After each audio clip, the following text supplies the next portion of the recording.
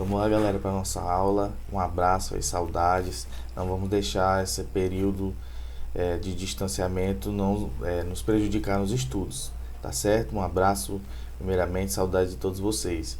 Vamos falar brevemente nessa aula sobre a Primeira Guerra Mundial, certo? Que aconteceu entre os anos de 1914 a 1918, certo? Essa guerra aí que teve um saldo de mortes de aproximadamente 17 milhões de mortos entre soldados e civis, certo? Vamos entender por que essa guerra marcou tanto a história da humanidade e por que ela foi chamada de guerra mundial, se nem todos os países participaram, certo?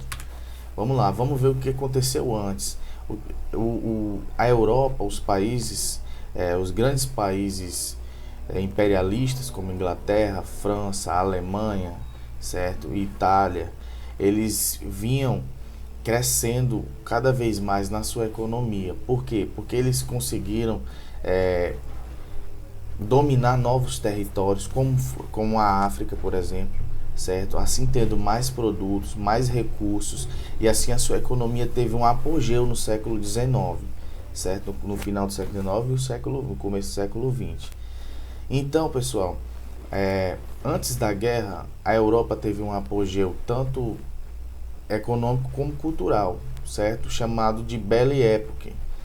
Porque na França teve esse movimento cultural chamado de Bela Época, né? Onde foi um período de paz, de progresso tecnológico, científico, de reformas sociais e de elevação do padrão de vida, certo? Então a França, principalmente Paris, ela foi como os Estados Unidos hoje. Ela foi uma referência, certo? Tanto de educação como de vestimenta, de comportamento, certo? Porque a Europa vivia ali o seu apogeu, né? Vivia um momento muito bom mesmo, certo? Além disso, teve um crescente nacionalismo, busca de novos mercados consumidores e fornecedores de matérias-primas. E com esse crescimento, com esse aumento da tecnologia, esse aumento da economia, o que os países fizeram? Eles perceberam que estavam ficando grandes, né? Com grande poder, com grande influência, e começaram a investir também em armas, certo? Começaram a investir na indústria bélica. E teve um período chamado Paz Armada, um período que é antes da Primeira Guerra, certo? Eles mais ou menos que previam que podia acontecer algum problema, porque todos estavam crescendo, estavam dominando territórios, então seria natural que em algum momento algum desses países entrasse em algum conflito de interesse. Então todos se armaram, beleza? E aí com todas essas armas mais tecnológicas, né? Aí tudo isso contribui para essa quantidade tão grande de mortos na Primeira Guerra Mundial. Então tudo começou quando, no dia 28 de junho de 1914, o arquiduque Francisco Ferdinand, herdeiro do trono austro-húngaro, certo? Foram assassinados por um rapaz que pertencia ao grupo nacionalista terrorista armado chamado de Mão Negra, né? Esse rapaz era um sérvio e eles acreditavam, eles queriam o pan-eslavismo, que é isso. E na Europa, ela apesar dos seus países, mas tem várias etnias ali, né? Tem vários grupos étnicos que às vezes foram separados, ficaram em vários países distribuídos. E eles queriam, como os sérvios aqui, eles queriam que isso tudo, todas essas etnias se juntassem para formar só um país, certo? Esse foi o pan-eslavismo, como também tem outros movimentos assim. Então eles lutavam por isso, por uma só nação onde a sua etnia poderia ali viver junta, certo?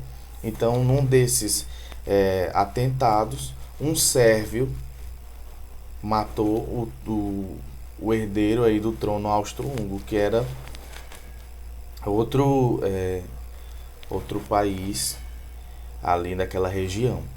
O problema é que o Império Austro-Húngaro entrou em guerra com a Sérvia, certo?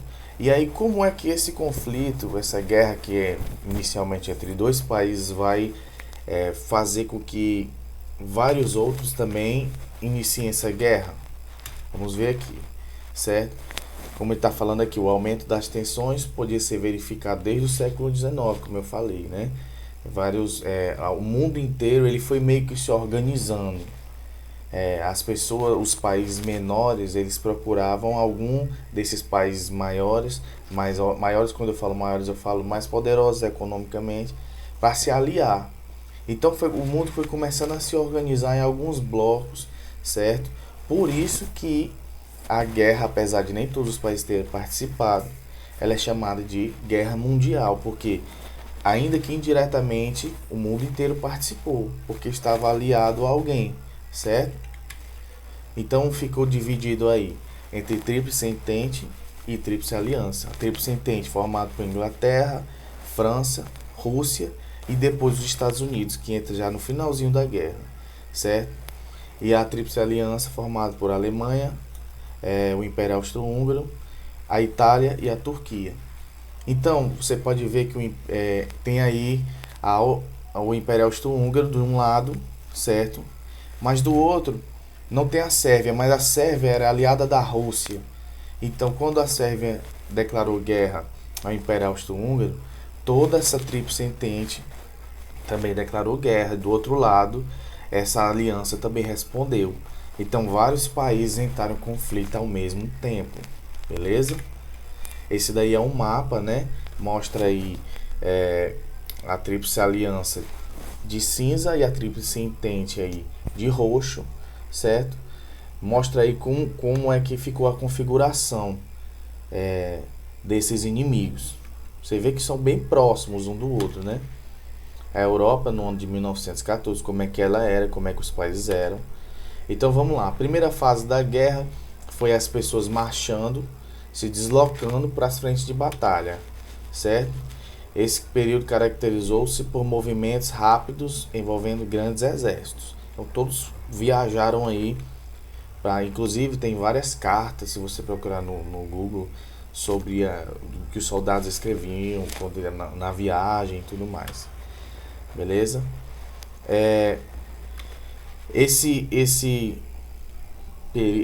Essa guerra ela foi muito marcada pelas novas tecnologias. Você pode ver aqui um tanque de guerra. A Itália, ela que estava do lado da Alemanha, depois de um tempo, aliás, antes do começo do conflito, ela se declarou neutra. Você vai ver que a Itália vai participar da guerra mesmo assim, certo? A segunda fase da guerra é quando os soldados chegam na frente de batalha, certo? E eles começam a cavar trincheiras, que foi algo que marcou a Primeira Guerra. O que são as trincheiras? Eles cavavam alguns buracos, certo? E colocavam ali várias minas e esperavam o oponente, né, o inimigo chegar, certo? Tem várias também cartas de soldados que ficaram às vezes por dias, até meses nessas trincheiras, e eles contam sim como é que era, né? Que às vezes ficavam lá por muito tempo e às vezes não tinha como, às vezes amigos, soldados morriam do seu lado e não tinha como se livrar dos corpos, ficavam ali do lado dos corpos dos seus amigos, né? E também contam como era ruim lá, ficava sujo, quando chovia ficava todo molhado, enfim, certo? Então essa guerra teve essa característica aí dessa estratégia de trincheiras. Também tiveram vários armamentos novos, metralhadoras, bombas de gás, certo? Tudo isso, como eu falei, contribui para a quantidade de mortos que teve nessa guerra. Enquanto isso, na frente oriental, o exército alemão impunha sucessivas derrotas ao mal treinado e mal armado exército russo, certo? A Rússia, por incrível que pareça, por todo o tamanho que tem a Rússia, na Primeira Guerra Mundial, a Rússia perdeu muito, porque o seu exército, porque ele era mal treinado, as suas armas eram velhas, certo? E a Rússia não conseguiu ter conquistas nessa Primeira Guerra Mundial. Inclusive ela vai sair do conflito, vai ceder algumas coisas e vai sair do conflito, vai negociar aí sua saída. certo? Apesar disso, a Alemanha, né, não conseguiu conquistar a Rússia, por vários motivos, mas principalmente pela distância e também pelo clima da região ali da Rússia, que é muito complicado de se chegar, pelo frio, beleza? Então, aí, em 1915, a Itália, que estava neutra, ela tem uma reviravolta. Ela entra na guerra, mas traindo os seus aliados. Ela entra no lado da Tríplice Entente. Então, de repente, a Alemanha, que era o principal país ali, que estava do outro lado, começa a se ver cercada, certo? Como eu falei, essa guerra é marcada por novas armas, como tá falando aqui, canhão com tiro rápido, gás venenoso, lança-chamas, avião, submarino que não era utilizado em batalhas, e por isso tem aí um grande número de mortos, certo? Em 1917, os Estados Unidos declaram guerra aos alemães, certo? Depois que eles foram atacados, alguns submarinos bombardearam uma frota dos Estados Unidos. E no finalzinho da guerra ali, os Estados Unidos entram na guerra somente mesmo para decretar aí o fim e a derrota da Alemanha. Nesse mesmo ano, a Rússia sai da guerra e começa a resolver questões internas, né? Que no caso depois vai acontecer a Revolução Russa. Na fase final, em julho de 1918, ingleses, franceses e americanos desferem sucessivos golpes sobre as divisões alemãs que já não conseguem mais apresentar resistência, certo? E na fase final da guerra, em Berlim e as demais cidades, as multidões realizaram manifestações contra o Kaiser. Kaiser é o líder da Alemanha, certo? E a velha monarquia deixa de existir, sendo substituída pela República de Weimar. Olha aí. Em 11 de novembro são assinados os documentos que punham termo oficialmente à guerra. Então, o fim da guerra foi negociado entre os países da Tríplice Entente e a Alemanha, principalmente, certo? Então, a Alemanha é obrigada a assinar o Tratado de Versalhes, que define as suas obrigações, declarando a Alemanha culpada da guerra. E aí, a Alemanha tem que cumprir várias punições aí, sendo entre elas não poder ter um exército grande, ceder territórios e muito mais.